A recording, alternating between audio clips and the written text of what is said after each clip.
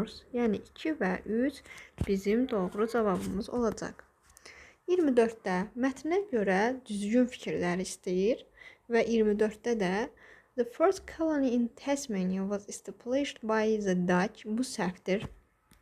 The native people were involved in the government after the Black Wars. Bu da səhvdir.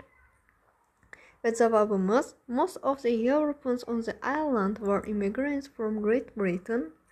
The island has been populated by 500,000 people. 3 və 4. Yəni cavabımız A variantıdır. Və 25-də də suala düzgün cavab verməyimizi istəyirlər. What was the result of the Black Wars? A variantı the Europeans took control of the island. The passage is mainly about. Mətn nə haqda olduğunu istəyir və a state named after its discovery. Yəni B variantı. İndi açıq suallara baxaq. Və açıq suallarda 27-də which word from paragraph 1 best fits the following definition to find or learn something for the first time. Və burada bizim doğru cavabımız olacaq to discover. Yəni kəşf etmək.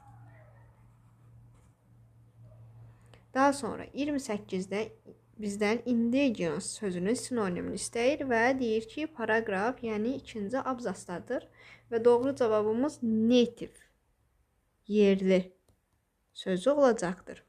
29-da isə iki sözü dəyişməklə cümləni tamamlamaq istəyir və 29-da da biz producing sözünü manufacturing, making, a lot of sözünü many və yaxud good sözünü products bu sözlərlə dəyişə bilərik. 30-da isə bizdən balaca 3 cümlədən ibarət olaraq esse yazmağımızı istəyirlər.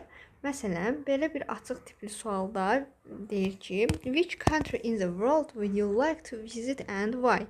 Hansı dünyada olan ölkələrdən hansını səyahət etmək istəyərdin və niyə? Biz məsələn bura yaza bilərik ki, I would like to go to Italy. It's a famous country in the world. It has a wonderful landscape which attracts numerous tourists. There are plenty of historical monuments with amazing styles. Italy is the birthplace of architecture. Və biz bunları yaza bilərik bu esseyə. Və yaxud hərənin fikri fərqli cürdə əlbəttə ki, ola bilər. Bizim bu qədərdir reading suallarımızın cavabları. İstərsiniz keçid edib qrammatika suallarının da cavablarına baxa bilərsiniz.